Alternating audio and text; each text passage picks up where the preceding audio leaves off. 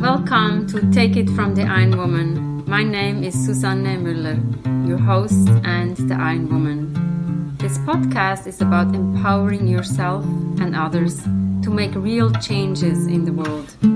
You will hear from everyday, smart, sophisticated, hip people like you and me. Not everybody has to be an Iron Woman to impress the world. Together, we will learn from the sports and business leaders how you can become a more successful person as an entrepreneur or a leader. It's one step at a time, one day at a time. Take your steps now. Take your big steps now. Join me on this journey to success. Take it from the Iron Woman. We only have special guests, and today we're going to the Philippines. We are joining Dinah. First of all, welcome. I'm so happy that we can reconnect, I think after 2 or 3 years now. Dinah, introduce yourself. Who is Dinah in the Philippines who's going to join us today? Hi, everyone. Hello, all the Iron women out there. My name is Dinah Salonga. I'm an entrepreneur and I have started several businesses. I started in information technology. That's where I spent a lot of my working life in, more than 30 years. And then after that, I went into wellness because while managing my IT company, I discovered yoga. And I eventually became a yoga teacher. And so I set up a company to operate yoga studios in Manila. And in the course of doing that, I met a yoga teacher named Poncho, whom Susanne also knows. Yeah. And he introduced me to Asian Leadership Institute. And I took the Mindful Leadership program of the Institute. And that's where I discovered mindfulness. Mm-hmm. And I eventually became a facilitator for ALI. I was doing the yoga business and coaching for ALI also when the pandemic happened. And about maybe 4 months into the pandemic, I decided to leave Manila and move to the northern part of the Philippines, where I'm now staying with my sister and my mother. It's a rural town of like 17,000 people coming from Manila, which is like, 7 million or so. And it's a big change. I live in the mountains, so you'll be hearing the birds as I speak. And now I'm looking at rural entrepreneurship, maybe setting up some agribusiness kind of venture, either, something to do with food, teaching farmers how to maybe make use of their produce in a different way, because this is a very traditional town. Farming, there's a lot of produce here, but that's all they know about it. They plant and then they sell. But they're not familiar with other things they can do with the produce. For example, when there's a bountiful harvest and the price goes down, like today, this time tomatoes are bountiful and it's so cheap, but sometimes they can't even sell it and they just give it away. And they don't know you can make sun-dried tomatoes, which sell for a lot more, which could be tomato sauce and all that stuff. I see a lot of potential because I came from Manila, where those products are in demand and very expensive. And I'm staying in a place where that can be produced. So I see that we can feel a need and produce something locally instead of, buying Italian sun-dried tomatoes. Could be Philippine sun-dried tomatoes. And so stuff like that.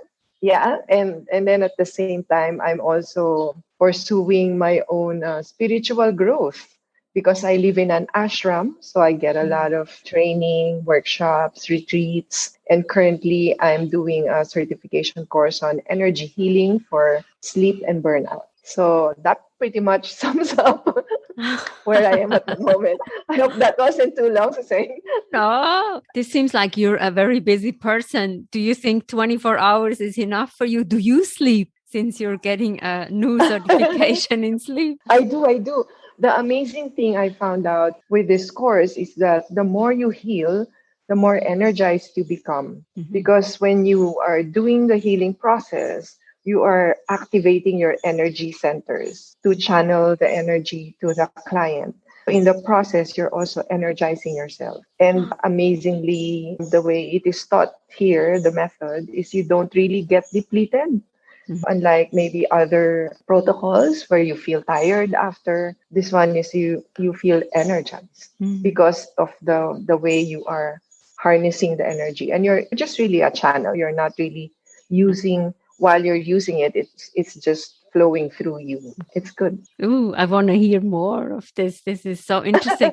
You started, you say you're an entrepreneur. Listening to you, you're the real entrepreneur. You see opportunities. First, you learned about the IT business. I envy you a little bit because that's, as an entrepreneur, that's where I need the most help. When we have young listeners, build a building block, right? Then you can always add something else.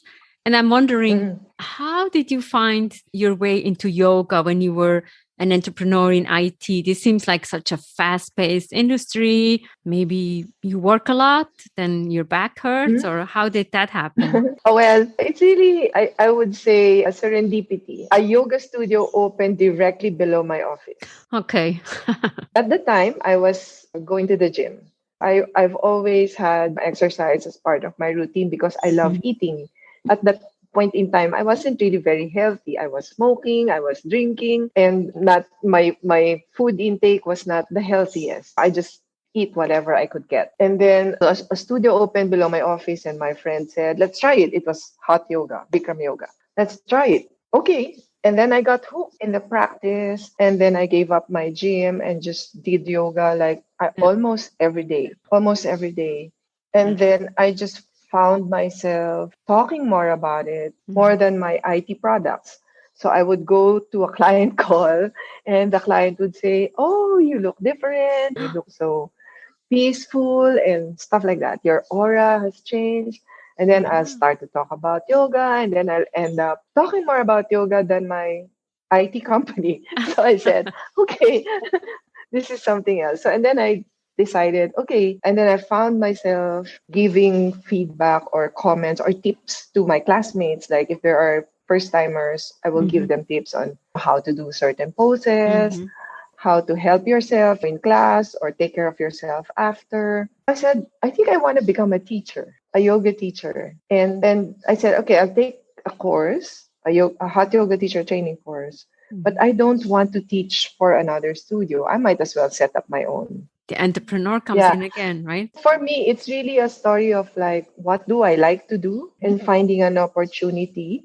I was a programmer. After college, I was hired by a utility company and then trained to become a programmer. And that was in the 70s. At the time, that was what it was called. You have these huge mainframe computers, punched cards, and you did all the program and the code. That's how I started in technology. And then I was hired by Oracle. I was the first employee of Oracle in the Philippines back in 1991. And then I worked for Oracle for about 5 years. And so while working in Oracle, because Oracle is a multinational company and we're dealing with local companies who have their own business practices and ways of doing things that a multinational company just cannot address, because multinationals are very cut and dried, right? They have to have standard processes in each country and you cannot deviate so much. So I saw a gap between what the market demands and what Oracle offers by way of services. So we decided to put up an IT company that would handle the services part that Oracle cannot do. So that was the gap, the market gap.